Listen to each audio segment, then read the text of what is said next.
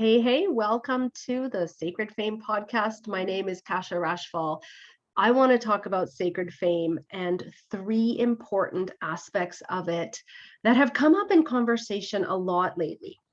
I've been lucky enough to have lots of amazing mentors in my life, and sometimes they offer a piece of wisdom that makes you sort of stop in your tracks, and it makes you latch onto it and ponder it, and that piece of wisdom unfolds for you for years. And this was what happened to me back in, I guess it would have been 2006 or 8 or something like that. I discovered the work of Dr. Wayne Dyer. I'm sure you've heard of him. He was such an amazing teacher and really such an inspiration to the world.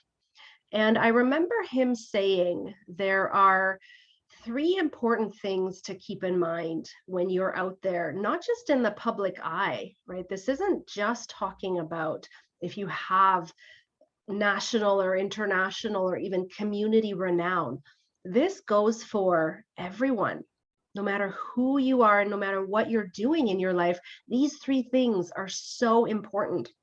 And I found myself having a conversation with my son about these very things the other day. And I thought, this would make an amazing topic to talk about, because these don't just apply to sacred fame.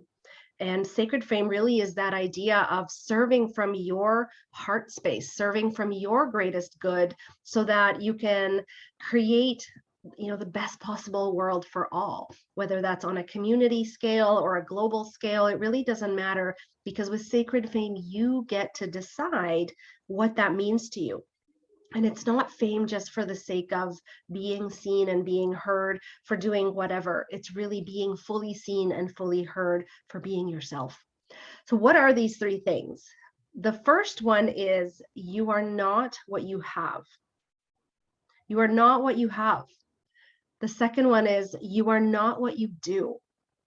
And the third one is you are not what others think of you. And you might be wondering, well, how does that apply to fame? If I'm famous, doesn't that mean I look at who thinks so, right? Who thinks highly of me, or what my reputation means, or what I'm doing out there in the world? When I'm famous, I'm so visible that I really can't hide from that. And yes, that is partially true. When you receive the levels of visibility that you would consider yourself famous, absolutely more eyeballs and ears are trained upon you. And so it really does matter what you say and what you do. However, let's look at it from this perspective.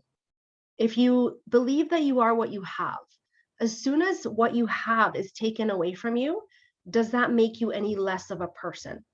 Or does that make you feel like you no longer are enough? Of course not. You are not what you have. It doesn't matter if you live in a mansion or in a tiny little studio. You are divine and whole and worthy and enough. So there's that level of detachment from the things around us that really matters. If you attach yourself and if you define yourself by the things that you have, as soon as something is taken away from you, it feels like you are lesser, but you are not. And so that's what that's talking about. The second one, you are not what you do. Because as soon as you have to or choose to stop doing that thing, again, does that make you any less? Or does that change you? It doesn't make you any less. You are not what you do, meaning you are inherently amazing and beautiful and whole enough and worthy and divine just because you are. It doesn't really matter what you do. So again, that attachment to doing something in order to be someone, that's where the issues arise. Whereas if you can simply know yourself, be okay with who you are, love yourself just for who you are, no matter what you do, then you're free. And you can be seen as far and wide as you want. And no matter what changes, you are okay. And of course, then the last one, you are not what others think of you. So important, because, the reputation, especially online, is so fickle. right? You could be the most amazing practitioner or the most amazing artist, the most talented, gifted, intuitive, and there will still be people who disagree with you. There will be people who don't like you, who don't trust you, who don't want to follow you. People, sometimes we call those people haters. Now, we don't know why people hate on other people, right? We all judge. We all perhaps have opinions about people, what they say, how they are. I'm definitely guilty of that sometimes. It's a work in progress, absolutely. But there will always be someone who disagrees with you on whatever level. And so if you believe that you are what others think of you, as soon as the opinion of those others changes, perhaps from a favorable one to an unfavorable one, then again, does that make you less of a person? Does that make you feel like you aren't enough or you should be different than you are? Because if it does, then that's where the work lies. You are not what others think of you. You cannot control the opinion of others. If you are fully seeing and hearing yourself, and you are taking action from that heart aligned space where you are being guided by your highest wisdom for your highest good and the highest good of all, then that's all you can do. All you can do is show up and do your life's work, whatever that may be. And it doesn't matter what anyone else thinks. Of course, it's nice to receive accolades and compliments and testimonials.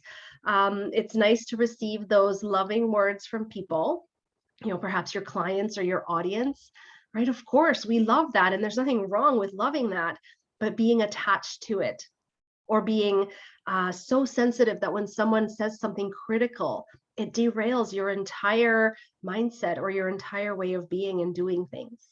So again, you are not what you have. You are not what you do. You are not what others think of you. And whatever you may think of yourself, however you see yourself, you are always so much more than that. Again, that was a quote from one of my other amazing mentors, Dr. Matthew James, who I studied NLP and Huna with. He always said, no matter who you think you are, what you think you are always so much more than that. And I love that. It also stuck with me because it's so true. We are always more than who or what we think we are. And of course, even when we get to a place where we fully unconditionally love ourselves, we are always still more than that because we are divine. We cannot ever truly define ourselves because this human life is so fleeting, temporary, so sometimes limited, and our words are so limited. So we are always more than what we think we are. And so in order to feel fully grounded in yourself, in your receiving of sacred fame, how do you do that? How do you make sure that you are not attached to what you have, what you do, or what others think of you? And there's so many ways. I can share a few tips. Really, what do you love about you? What do you know for sure about yourself that makes you unique, that makes you beautiful, that makes you loving, that makes you enough? And it can be something physical about you, something mental, something emotional, something inside of you. All those things matter. So what do you love about you? Who do you know yourself to be without a doubt outside of those things that you do, that you have, that perhaps your reputation? Who are you? And you may not have a straight line to the answer, right? This answer is something that's going to unfold for you, I would say, across your entire life. The more you get to know yourself, the more you understand what you love, what you don't love, what you want, what you don't want. All of those things keep defining who you are, right? They keep unfolding you in the world. And all you have to do is pay attention. So what do you love about yourself? When you think of that idea of sacred fame and receiving the renown or the accolades or the money for being of such big service and influence in the world, what will be enough for you? You want millions? Great, go get them. You want to be seen and heard by millions of people? Awesome. Go get it. What will be enough for you? You need to know that, because if you don't, if it's some sort of undefined, I want to be famous and I want to have a fortune, well, that's great, but how will you know when you have it? Such an important question is defining your own level of success. And again, it can change, but it's important to know what will be enough for you, at least for right now.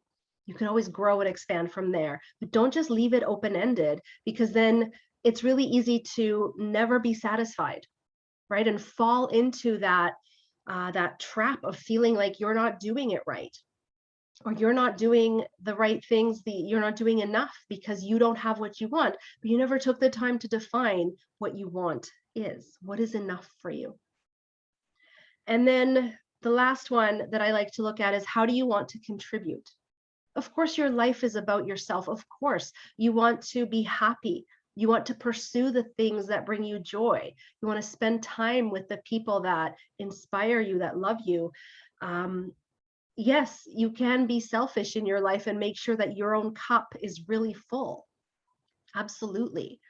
However, that alone won't fulfill you fully. I believe we need to contribute. We want to contribute in whatever capacity. And so whatever you're here to do, how do you want to give back to others? When your cup is so full, when you love yourself so much and you have an amazing life that you have defined, that you have co-created, how do you want to give back? And of course, you don't have to get to an amazing life. You can give back as you're building, as you're co-creating. I'm not saying be so selfish that you never think of someone else until you get to where you want to go. It's a balancing act. It's okay to think of yourself. It's also beautiful to think of others and to contribute, co-create with others. And so between those three things is, knowing yourself really. What do you love about you? What will be enough for you? And how do you want to contribute? You can really establish a groundedness in that. And then live your life daily, show up daily, consistently for that vision. And I would love to hear from you. How do you define what's enough for you? What do you love about yourself? How do you want to contribute? Would love to talk to you, have a conversation, and hear your story. And I wish you an amazing day. I'll see you next time on the podcast.